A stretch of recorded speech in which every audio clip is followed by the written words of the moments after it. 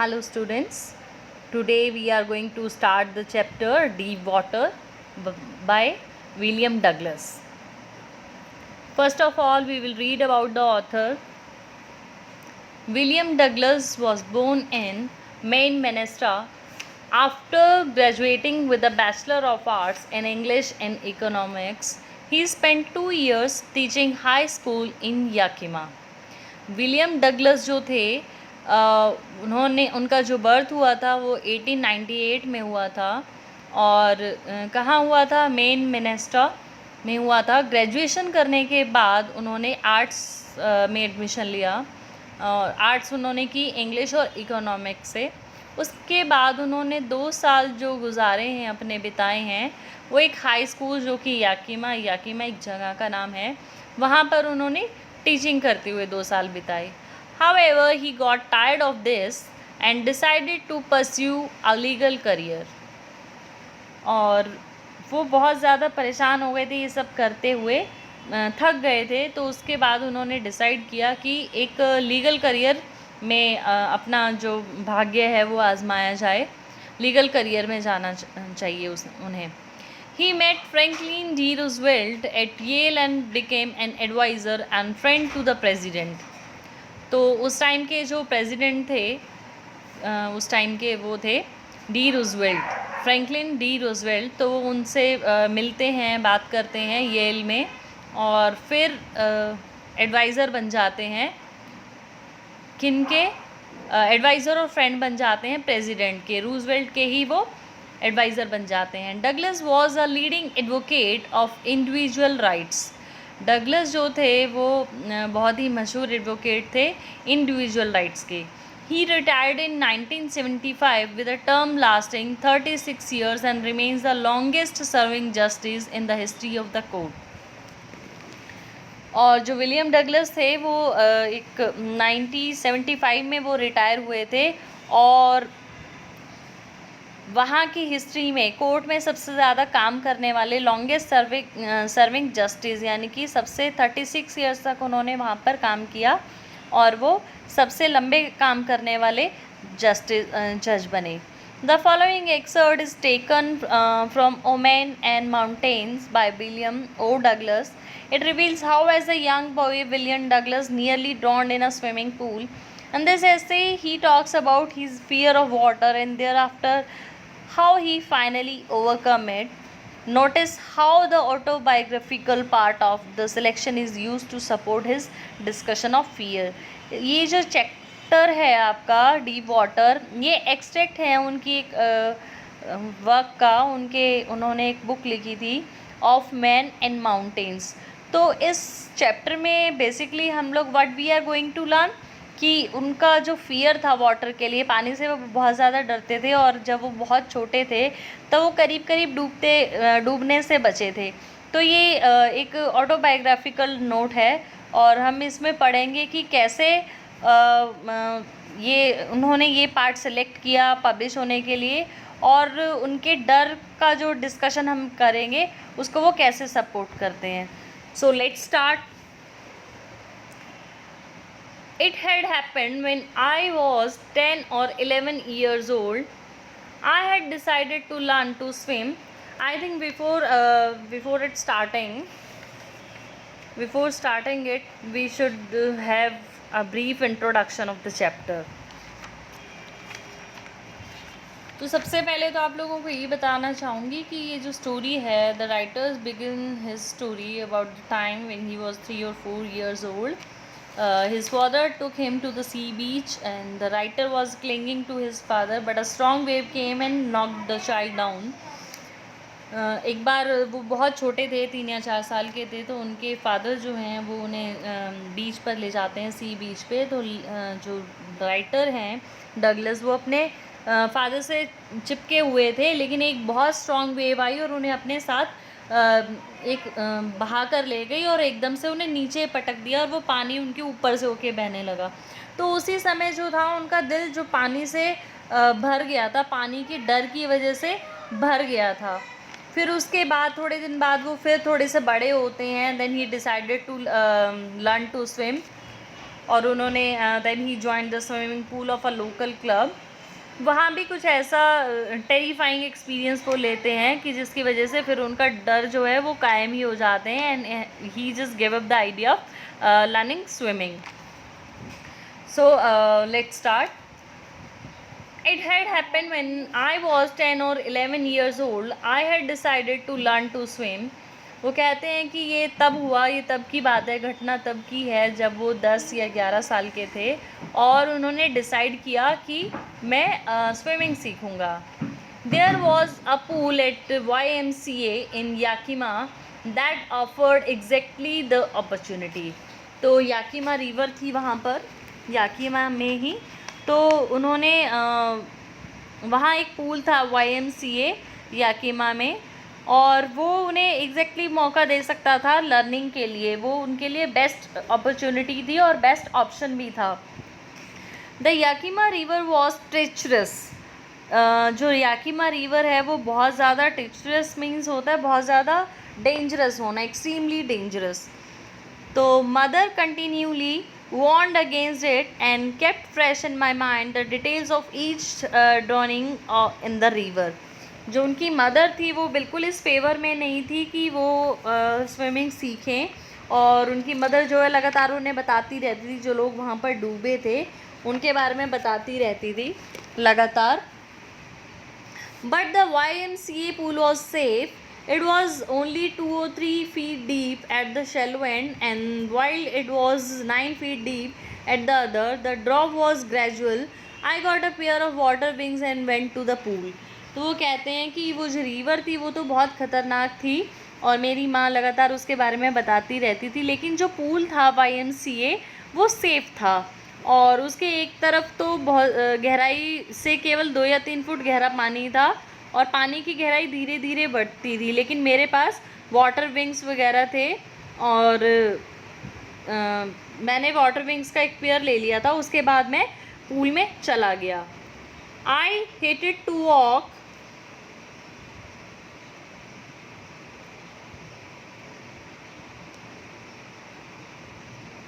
Naked into it.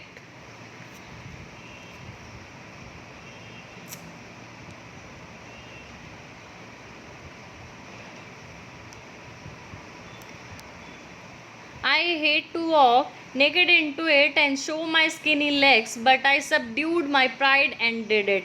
वो कहते हैं कि मुझे कपड़े उतार कर इस तरह से अपनी स्किनी लेग्स मीन्स बहुत पतली टांगें जो होती हैं, उनकी टांगें जो थी वो बहुत पतली थी, और वो कहते हैं कि मुझे किसी को उन्हें शो करना, दिखाना अच्छा नहीं लगता था. But I subdued my pride and did it.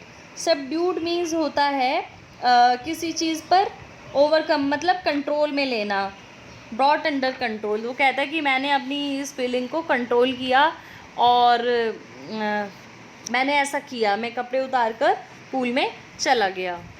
From the beginning however I had an aversion to the water when I was in it. तो वो कहते हैं स्टार्टिंग से ही, फ्रॉम द वेरी बिगनिंग, मुझे पानी से एक एवर्जन मीन्स होता है ग्रेट डिसलाइक, किसी चीज़ को बहुत ज़्यादा नफ़रत करना. तो वो कहता है कि पानी से मुझे एक घृणा सी महसूस होने लगी थी. जब भी, शुरू से ही मुझे पानी से नफ़रत थी. जब भी मैं इसमें पाँव रखता था तो मुझे नफ़रत होती थी.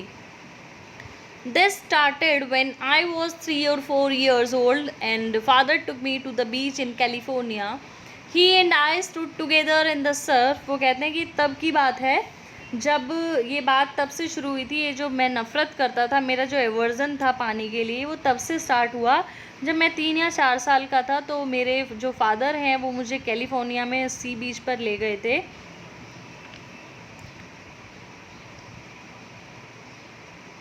ही and I stood together in the surf. मैं और मेरे पिताजी जो थे, मेरे फादर जो थे, वो सर्फ मीन जैसे वेव्स एकदम आती हैं ना, टकराती हैं एजेस से, तो वहाँ पर झाग जैसा कुछ हो जाता है, झाग बन जाता है. तो वो कहते हैं कि सर्फ मीन्स वही झाग होता है. मैं और मेरे फादर जो हैं वो उसी झाग वाले एज में खड़े हुए थे कि पानी हम दोनों खड़े हुए थे. आई हंग ऑन टू हिम. मैं उनसे बिल्कुल चिपका हुआ था. Yet the waves knocked me down and swept over me. वो कहता है मैं उनसे बिल्कुल चिपका हुआ था, तब भी लहरें मुझसे टकराई और मुझे नीचे गिरा दिया और पानी मेरे ऊपर से निकल गया। I was buried in water, मैं पानी में दब गया था बिल्कुल। बरिड मीन्स होता है दब जाना। My breath was gone, My breath was gone. I was frightened. Father laughed, but there was the terror in my eyes. There was terror in my heart at the overpowering force of the waves. वो कहते हैं कि माई breathe was gone, मेरी सांस चली गई थी, मैं बहुत ज़्यादा डर गया था। I was frightened, frightened means होता है डर जाना, स्कैर्ड होना बहुत ज़्यादा। Father laughed but there was terror in my heart at the overpowering force of the waves. वो कहते हैं कि मेरे पिताजी हंस रहे थे, मेरे फादर जो थे वो हंस रहे थे, लेकिन टेरर मीन्स होता है डर, खौफ बन जाना, लेकिन मेरे दिल में जो था उन ओवर पावरिंग फोर्स जो वेव्स में इतनी ज़्यादा शक्ति थी उसको देखकर मेरे दिल में बहुत ज़्यादा डर भर गया था। My introduction to the YMCA swimming pool revived unpleasant memories and stirred childish fears.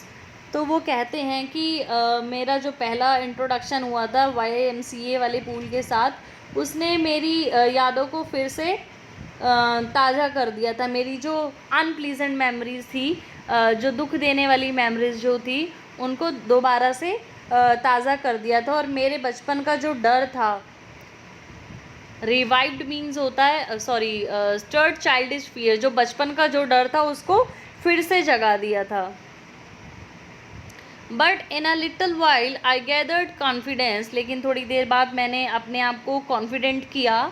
I paddled with my new water wings watching the other boys and trying to learn by aping them.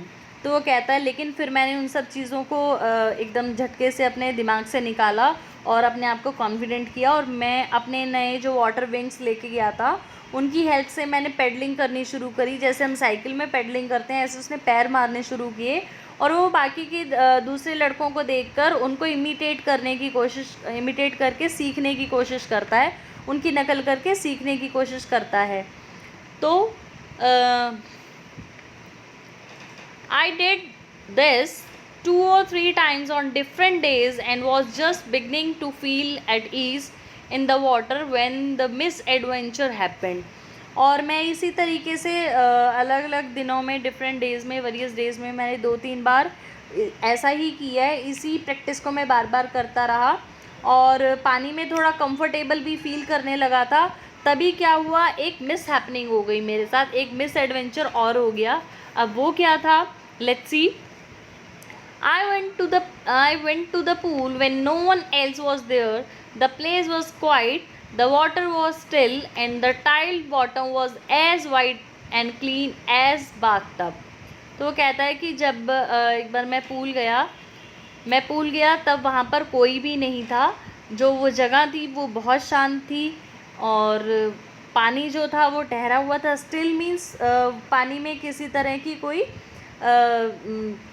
कोई सरसराहट नहीं थी, पानी बिल्कुल still था, ठहरा हुआ था, शांत पानी जो था वो स्थिर था। और जो टाइलों वाला बॉटम जो था वो उतना ही क्लियर और साफ़ लग रहा था जैसे कोई बाथटब, यानी कि वो ट्रांसपेरेंट था कम्प्लीटली, नीचे की टाइल्स वगैरह बिल्कुल दिखाई दे रही थी, सी थ्रू था उस टाइम वो। तो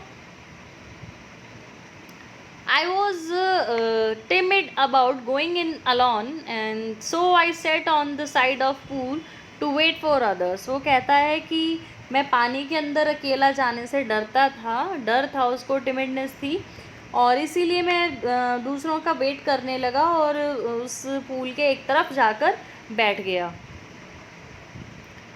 I had not been there long when in came a big bruiser of a boy, probably 18 years old. वो कहता है कि ब्रूज़र होता है एक स्ट्रॉन्ग एग्रेसिव टाइप का जो पर्सन होता है या बच्चा या जो भी था, यहाँ पे बॉय का हुआ है जिक्र। तो एक ब्रूज़र टाइप का लड़का जो कि 16 साल का था, 18 ईयर्स ओल्ड। तभी मैंने देखा कि वहाँ पर एक लड़का आया बिग ब्रूज़र टाइप का, जो बिल्कुल एग्रेसिव सा लग रहा था चेहरे से, शायद हो सकता है वो 18 ईयर्स का हो। He had thick hair on his chest, he was beautiful physical specimen with legs and arms that showed ripping muscles. He yelled, "Hi skinny, how would you like to be ducked?" तो वो उसका appearance बताता है कि वो उसका appearance कैसा है। वो लड़का देखने से फिज़िकली बहुत अच्छा दिखता है, जिसकी जो लेग्स हैं और आर्म्स जो हैं उसके ऊपर काफ़ी मसल्स यानी कि मांस चढ़ा हुआ है, अच्छी खासी उसकी बॉडी बनी हुई है। और वो आके कहता है और चिल्लाता हुआ एकदम से कहता है कि hi skinny, I would like to be ducked. क्या तुम्हें वो स्किनी मीन्स पतलू, जैसे कोई बहुत ज़्यादा थिन होता है उसको हम पतलू कह देते हैं। तो चिल्लाते हुए कहता है कि पतलू, तुम्हें डुबकी लगाना कैसा लगेगा? डक्ड मीन्स होता है डुबकी लगाना पानी के अंदर। With that, he picked me up and tossed me into the deep end. I landed in a sitting position, swallowed water and went at once to the bottom. फिर ये कहते ही उसने क्या किया, ऐसा कहते ही उसने उसको ऊपर उठाया और जो पानी में, जहाँ पानी बहुत ज़्यादा गहरा था, डीप एंड था, उसमें उसको अंदर की तरफ फेंक देता है। वो कहता है I landed in a sitting position में, और मैं पानी के अंदर कैसे जाता हूँ? सिटिंग पोजीशन में बैठे हुए ही पोजीशन में पानी के अंदर चला गया। और आई स्वेलेड वाटर, बहुत सारा पानी मेरे अंदर भी चला गया था और एकदम से मैं तुरंत मैं पानी के बिल्कुल बॉटम में पहुंच गया था, नीचे पहुंच गया था। आई वॉज फ्राइटेंड, मैं बहुत डर गया था, but not yet frightened out of my wits. मैं वैसे तो बहुत ज़्यादा डर गया था, लेकिन इतना भी नहीं डरा हुआ था कि आउट ऑफ माई विट्स, मतलब मैं उन चीज़ों को समझ ना सकूं या मैंने अपना होश खो दिया हो, इतना नहीं डरा था। मुझे सारी चीज़ें जो हो रही थी वो सब क्लियरली समझ में आ रहा था। On the way down I plan when my feet hit the bottom, और जब मैं नीचे की तरफ गया तो मैंने प्लान किया कि जब मेरे when my feet hit the bottom, जब मेरे पैर जो हैं वो बॉटम में जाके टकराएंगे, I would make a big jump, come to the surface, lie flat on it and paddle to the edge of the pool. उसने एक प्लानिंग की कि जैसे ही मैं बॉटम में जाऊंगा, मैं अपने पैर से हिट करूंगा बॉटम में, पूरी फोर्स के साथ जंप लगाऊंगा और सरफेस पे आ जाऊंगा, बाहर पानी के ऊपर आ जाऊंगा, और मैं फिर उस पर फ्लैट लेट जाऊंगा और पेडलिंग करते हुए, पैर मारते हुए मैं पूल के एजेस पे यानी कि किनारे पे आ जाऊंगा। It seemed a long way down, नीचे का रास्ता, जो नीचे जाने का रास्ता बहुत लंबा लग रहा था। Those 9 feet were more like 90 and before I touched bottom my lungs were ready to burst. वो कहता है कि जैसे मैं नीचे जा रहा था तो वो 9 फीट जो था वो मुझे 90 फीट जितना नज़र आ रहा था, और इससे पहले कि मैं बॉटम को टच कर पाता, मेरे जो लंग्स थे वो ऐसा लग रहा था कि फट जाएंगे। मेरे जो लंग्स है, फेफड़े, ऐसा लग रहा था फट जाएंगे, क्योंकि उसने बहुत सारा पानी स्वेलो कर लिया था, बहुत सारा पानी उसके अंदर चला गया था। But when my feet hit bottom, I summoned all my strength and made what I thought was a great spring upwards. तो वो कहता है कि जैसे ही मेरे पाँव नीचे बॉटम के साथ जाकर लगे तो मैंने अपनी पूरी फोर्स जुटाई, पूरी ताकत जुटाई और एक ऐसी जंप लगाई जिसको मैं बहुत बड़ी मानता था।